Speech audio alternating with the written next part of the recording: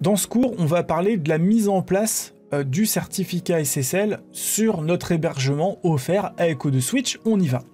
Je vous fais un tout petit récap, je vous montre où on en est. Donc ça, c'est le plan de ma formation, installer un serveur web. On a commandé le serveur. On a vu comment se connecter en FTP au serveur pour placer des fichiers. On a vu comment on pouvait créer une base de données SQL pour, par exemple, installer un CMS. Et donc, ce qu'on pourrait faire tout de suite, immédiatement, c'est installer notre WordPress. On verra la façon difficile, entre guillemets, et la façon plus facile. Mais si on le fait comme ça, regardez ce qu'on va avoir. On va avoir ça, en fait. Notre nom de domaine avec le petit cadenas barré. Pourquoi? Parce que la connexion n'est pas chiffrée. Alors, c'est quoi cette histoire de chiffrement?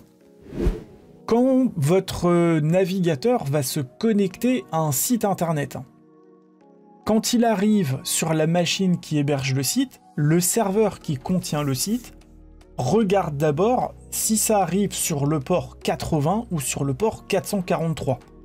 Sur une machine, comme un serveur web, il y a en général un tuyau, qu'on appelle communément un port, qui est assigné à une tâche.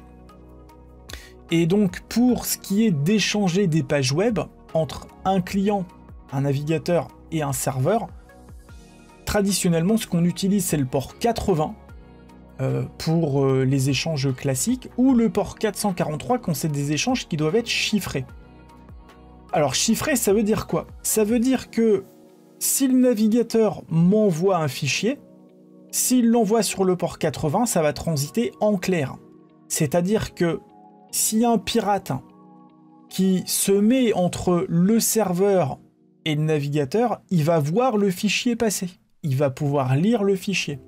Alors si c'est la recette de la tarte au citron, c'est pas très grave. Par contre, si moi j'envoie des données au serveur, par exemple je suis en train de faire un paiement, et sur la page où j'étais, il y a un formulaire, j'ai indiqué 16 chiffres avec une date et 3 chiffres derrière, très probablement c'est un numéro de carte bancaire. Donc si ça transite en clair sur le port 80, le pirate qui est au milieu, qui est en train d'effectuer une attaque qu'on appelle une attaque de type man in the middle, il va voir ce qui se passe, il va lire ce qui se passe et il va récupérer mon numéro de carte. Et dans 15 jours, je vois que je me suis commandé des Nike Air Max je sais pas quoi et qu'elles sont parties je sais pas où, alors que je les ai pas commandées. Donc l'intérêt de chiffrer la connexion, c'est qu'on va installer un fichier supplémentaire sur le serveur qu'on appelle un certificat SSL. Et ce certificat SSL, son travail, ce sera de chiffrer les données. Mais en fait, chiffrer, ça veut dire qu'il va les passer à la moulinette. Donc ça va faire une espèce de bouillie algorithmique de chiffres et de lettres. Et donc le pirate qui est au milieu et qui regarde tout ce qui se passe, il verra passer quoi? De la bouillie. Et avec de la bouillie, il peut faire quoi? Pas grand-chose. Par contre, quand ça arrive chez moi ou quand ça arrive sur le serveur, il y a ce qu'on appelle des clés publiques qui vont réordonner la bouillie pour faire des données qui seront intelligibles, soit par le serveur, soit par le navigateur. Bref, ne pas avoir de SSL, c'est une grosse bêtise. D'autant plus que depuis 2014, Google met la pression avec ça et dit il faut que toutes les pages du web soient chiffrées. Bon, si je télécharge la page de la recette de la recette de la tarte au citron, je m'en fous que ce soit chiffré. Mais Google a dit que, donc on est obligé de faire comme ça. Voilà, donc il faut absolument avoir un SSL sur votre serveur. Et ici on n'en a pas, donc on va l'installer. Pour installer le SSL, vous allez voir, c'est pas très compliqué. Vous vous rendez sur votre cPanel. Vous scrollez jusqu'à arriver sur la section où vous voyez ici sécurité, Let's Encrypt SSL. Vous cliquez. Et ici, je vais mettre en place un certificat gratuit offert par Let's Encrypt, qui est une autorité de certification SSL. C'est un fabricant de certificats SSL. Et ici, je vais lui dire que je veux générer un nouveau certificat. Donc là, je prends mon domaine de démo, digitalcookiedemo.fr. Je vais cliquer sur le lien générer qui est ici. Voilà. Alors, il me dit que je peux sécuriser mail et 3W machin.